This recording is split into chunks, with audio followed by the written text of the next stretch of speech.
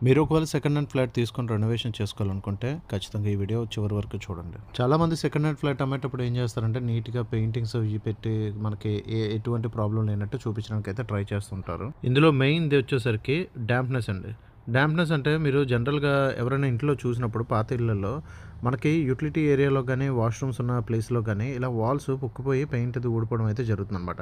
ఇది purely water leak అవ్వడం వల్ల మనకు జనరల్‌గా జరిగే మెయిన్ ప్రాబ్లమ్ అన్నమాట. దీన్ని మనం కంట్రోల్ చేసుకోకపోతే మాత్రం ఫర్దర్‌గా మనం తీసుకొని మన ఇంట్లో దిగిపోయిన తర్వాత చేపించుకోవడం అనేది చాలా పెద్ద ప్రాబ్లమ్ అనమాట దీంట్లో. ఇందులో సెకండ్ వన్ వచ్చేసరికి ఎలక్ట్రికల్స్ అండి. చాలామంది ఏం చేస్తారంటే మనం ఇంట్లో దిగిపోయిన తర్వాత ఫాల్ సీలింగ్‌లు అవి చేయించుకొని దిగిపోతుంటారు.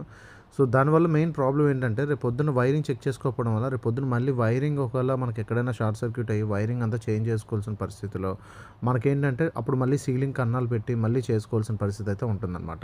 సో, అలాంటి ప్రాబ్లమ్ లేకుండా ముందుగానే మనం ఆ వైరింగ్ అనేది ప్రాపర్‌గా చెక్ చేసుకొని మనం ఒకవేళ వైరింగ్ కంప్లైంట్ ఉంటే టోటల్‌గా వైరింగ్ అంతా చేంజ్ చేసుకోవడం అయితే బెటర్ ఆప్షన్.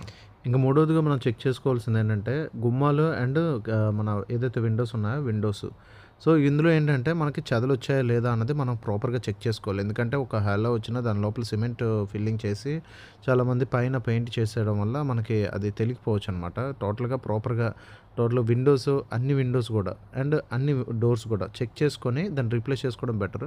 విండోస్ ప్లేస్‌లో యూపీవీసీ విండోస్ ఎలాగో మనకు ఆప్షన్‌లో రెడీమేడ్ ఉంటాయి కాబట్టి అవి వేసుకోవచ్చు. అండ్ డోర్ ఫ్రేమ్స్ ప్లేస్‌లో మనం ఏంటంటే డబ్ల్యూపీసీ డోర్ ఫ్రేమ్స్ అయితే యూజ్ చేసుకుంటే మంచిదనమాట. ఈ వీడియో మీకు నచ్చిందనుకుంటున్నాను. ఒకవేళ ఈ వీడియో నచ్చితే మాత్రం లైక్ చేయండి, షేర్ చేయండి, ఫాలో చేయండి. Thank you for watching this video.